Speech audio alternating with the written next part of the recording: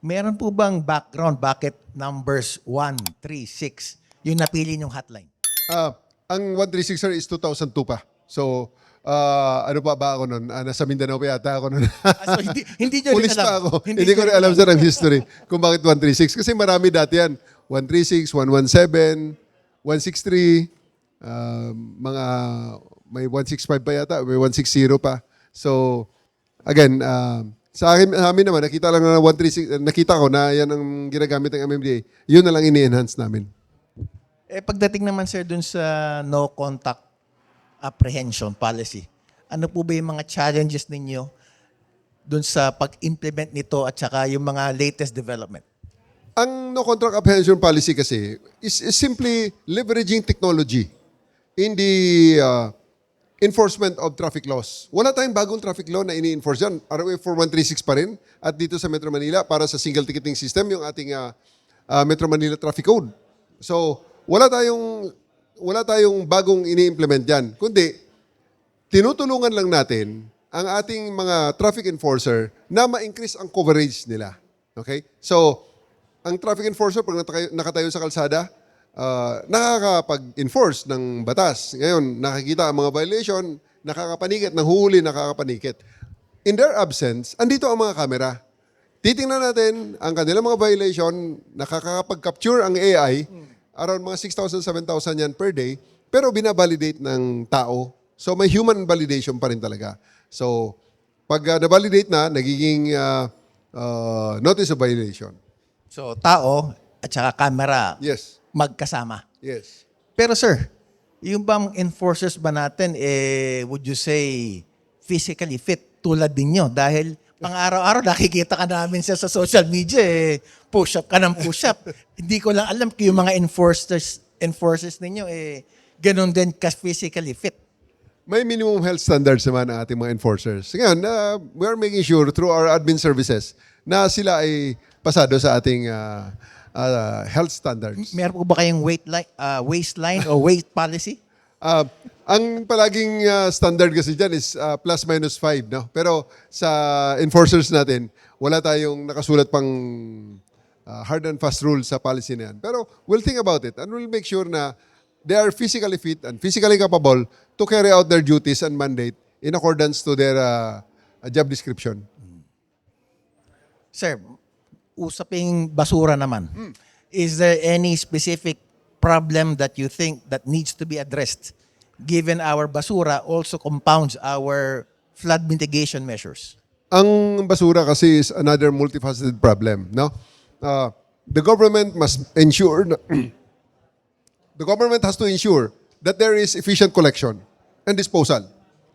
Pero more than that, magsimula muna sa community. Sa community, they have to also comply with the rules and regulations, the 2003 Solid Waste Management Act, no?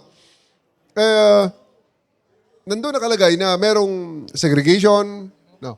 And then may mga iba tayong mga programs, reduce, reuse, recycle, you know, upcycle, you know. So, ang segregation talaga at saka segregation at saka yung proper disposal and proper yung end of trip kumbaga kung saan dadalhin. Kasama ng WTE ngayon na bagong buzzword ngayon sa waste management, sa solid waste management ay ginagawa ng gobyerno together with the community. Pero at the bottom of all of this, kung ikumpara kanina narinig ko na ang gusto niyo makita ang relationship ng basura sa flooding, babalik tayo sa disiplina. Kasi may mindset na maliit na bagay lang naman yan, tapon na lang natin, rapper lang naman yan. Pero kung milyon-milyon ang gumagawa niyan, ay milyon-milyong rapper din ang lumalabas. So, in other words, since we talked about discipline, ano po bang magagawa ninyo as part of trying to help our Filipino and every community to be more disciplined?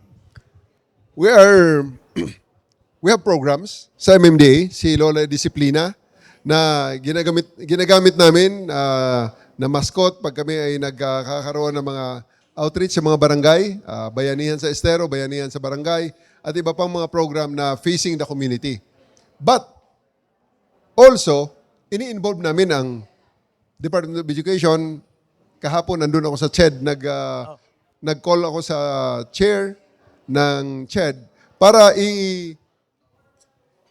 i-co-opt sila sa maraming mga programa na pwedeng maging direct intervention resulting in a better and more disciplined citizenry.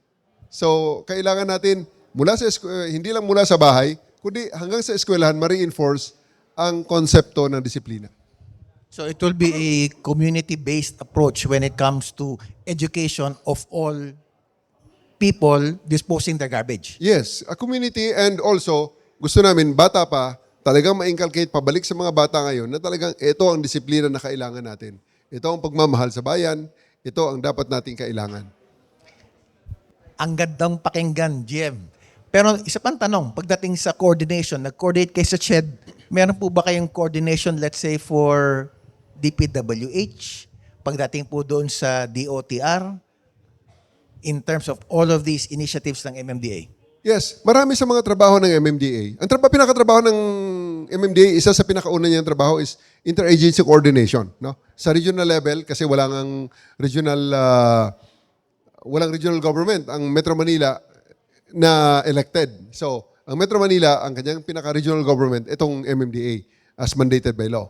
So, marami kasing mga concerns ang 17 LGUs na iba-iba, but they cannot move in silos. They cannot work in silos, especially flooding, yung traffic, flood control. Hindi po pwedeng in silos ang mga LGUs. That's the role now the MMDA to ensure better coordination with them. Having said that, kasama na doon yung DPWH, DOTR, DepEd, and the other agencies na mayroong stake dito sa ating ginagawa. Nabanggit nyo, GM, na 17 cities and I think 1 municipality, di ba? Sa 16 NCR. cities and 1 municipality. 16 plus 1.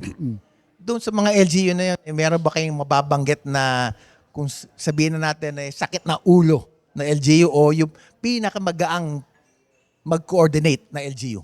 Wala naman. Kasi lahat ng yan, iisang thinking ng 17 LGUs. And nahaharmonize lahat yan sa Metro Manila Council in which lahat sila ay member. Ang presidente na ngayon ay si San Juan Mayor Francis Zamora.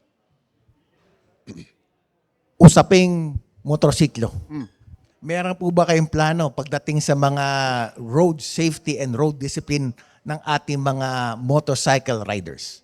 Alam mo, Attorney Fred, ang motorsiklo ngayon have already evolved into one of the leading modes of transport ng ating mga kababayan. Mula Apare hanggang Hulo, may motorsiklo. At yan ay talagang gamit na gamit ng ating mga kababayan.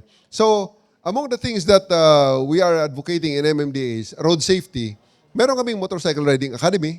Nagtuturo kami kung paano ang paggamit ng tamang motorsiklo. At pagkatapos, sinisiguro natin na ang infrastructure sa kalsada will take into consideration other road users that are not cars or trucks, but also includes motorcycles, bicycles, pedestrians. Itong Motorcycle Academy ba, DM, it's different from the motorcycle schools, let's say, ng si HPG or ng LTO? Iba yun, Iba. Attorney. Bali, itong MMDA Riding Academy ay ginagamit natin para turuan ang mga gustong i-enhance ang kanilang mga skills. At saka, ngayon, we are in partnering with other business interest na may big use sa motorcycle, like the TNVS. Yan. May mga motor dyan na donated ng mga TNVS. Para ang kanilang mga riders, dyan na namin pinagtitraining at sinicertify towards the company standards. At tapos, meron ding yung delivery. The popular delivery, food delivery, the delivery ng mga commercial platforms na nagbebenta ka online. Ayan, kasama rin yan. At pagkatapos, ang latest namin, yung Regasco.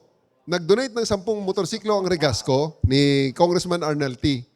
Sa Motorcycle Riding Academy para turuan ang mga nagdi-deliver ng LPG kung paano ang tamang handling pag merong ang 11 kilos sa likod. Kaya meron silang mga motor na dinonate na merong cage talaga in accordance to the existing regulations kung ano ang mga motor na dapat ginagamit sa pag-deliver ng LPG. Hindi kaya yung module ng Motorcycle Riding Academy, sir, gamitin din ng LTO pagdating dun sa paglilisensya doon sa mga motorcycle riders natin. Para mas maganda yung kanilang kaalaman pagdating sa pag-handle ng isang Yes, motorbike. yes. That's really something that we look forward to.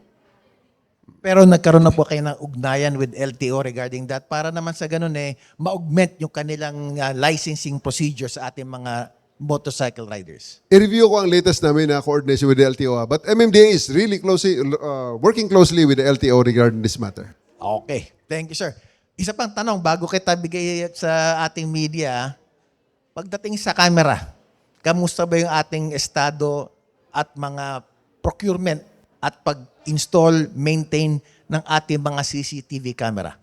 Ang CCTV camera, isa sa mga major infrastructure ng MMDA in terms of monitoring. Kasi hindi lang yan pang traffic, kundi kasama na dyan yung pangbaha nang i-encap kami ng mga litter bags at yung mga illegal parking, you know. So the procurement is ongoing. May mga naka-program kami ng mga around another 600. Pero more than the procurement of MMDA, we are working in close coordination with the LGUs so that MMDA can have access and viewing rights sa mga existing cameras ng LGUs para matulungan namin sila sa pag-monitor kung ano nakikita ng kanilang command center sa mga camera nila through our command center din sa MMDA mismo. Wala pa kayong isang taon na GM